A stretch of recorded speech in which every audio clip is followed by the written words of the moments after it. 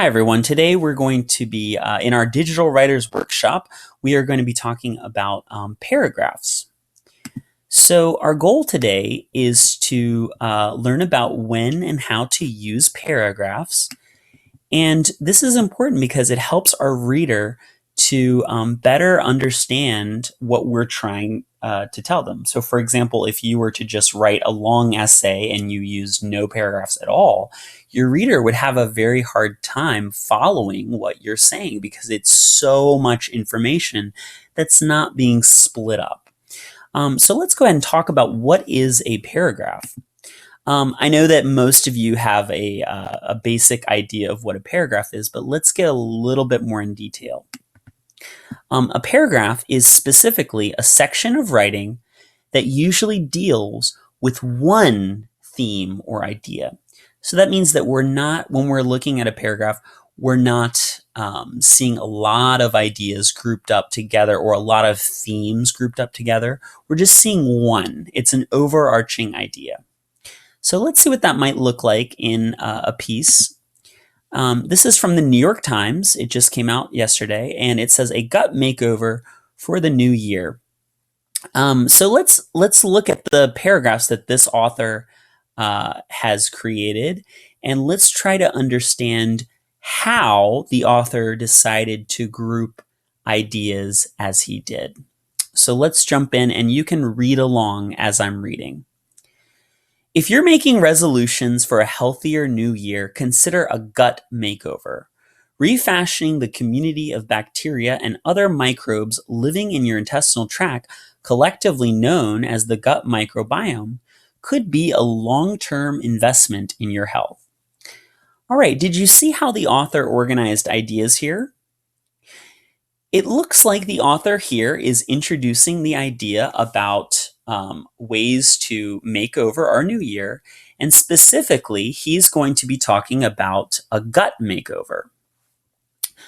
Moving on to the next paragraph, let's read. He says, trillions of microbial cells inhabit the human body, outnumbering human cells by 10 to 1, according to some estimates. And growing evidence suggests that the rich array of intestinal microbiota helps us process nutrients in the foods that we eat, bolsters the immune system, and does all sorts of odd jobs that promote sound health. A diminished microbial ecosystem, on the other hand, is believed to have consequences that extend far beyond the intestinal tract, affecting everything from allergies and inflammation, metabolic disease like diabetes and obesity, even mental health conditions like depression and anxiety. Were you able to catch what the big idea or the big theme was in this paragraph? Here we can see that the author is talking about what a good microbial system in your intestines can do. Here we see we can see things that he's listed, such as bolster the immune system, promote sound health, and we can also see some negative effects that having a poor microbial ecosystem in your intestines can have, such as allergies and inflammation, metabolic diseases, and obesity, just for example. So we can kind of see how the author has used paragraphs to organize the big idea of his piece.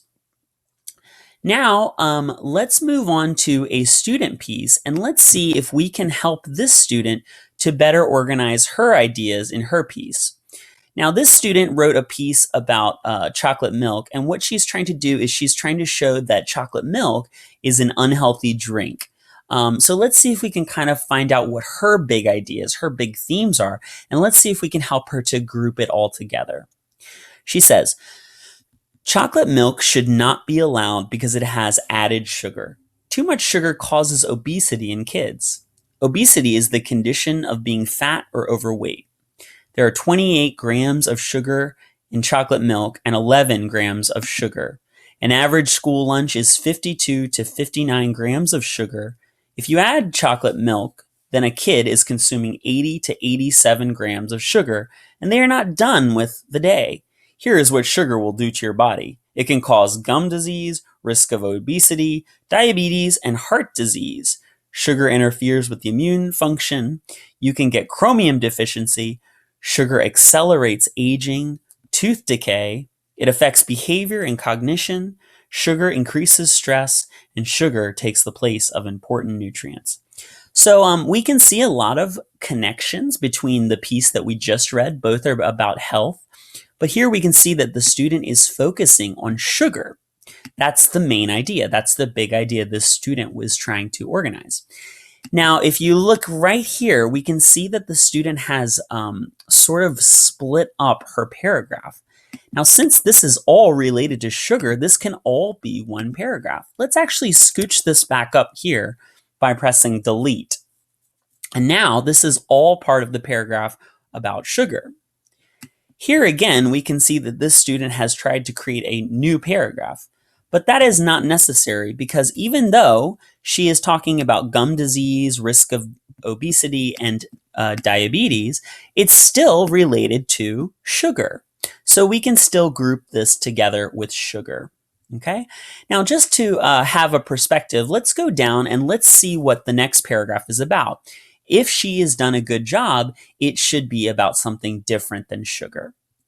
She says, and you can read along, in fact, there is little evidence that chocolate or any specific fat foods will cause acne, but we do know that a high sugar, high fat diet can increase sebum production and promote inflammatory response in the body, which can lead to acne. And every kid is insecure about acne. Okay, so were you able to catch what the main idea of this paragraph was? Yeah, we're seeing some health problems, especially acne in kids. And here she's sticking to how chocolate milk can increase your risk of acne. So this part, she's done a great job of separating her different big idea, which is about acne. As a final note, I want to mention one thing about indentation. Indentation is this little space you see here. It's basically where the student has scooched over the first word of her paragraph to the right a little bit. Now, indentation is very common in print writing. As an example, here is a newspaper. And we can see that the author has chosen to indent their work a little bit. But if we go back to the piece we were just reading, this is a digital work, we can see that this author has not indented at all. So as a final note, this is very much up to you. Digital sources these days, it is very, very common for authors not to indent when they start a new paragraph. However, for written print pieces, it is common for you to indent. So it's gonna be up to you on whether you are doing a print piece or a digital piece of whether you indent or not. All right. So just as a review, we today in our video, we talked about paragraphs. We talked about how paragraphs help us to organize our ideas so our reader can better understand what we're trying to tell them. We learned what a paragraph was. It's a separation of one theme or one idea. And then we also saw it in a couple pieces. So your task is to go to your writing and to see if you can better organize your piece into one idea, groups of one idea or one theme. All right.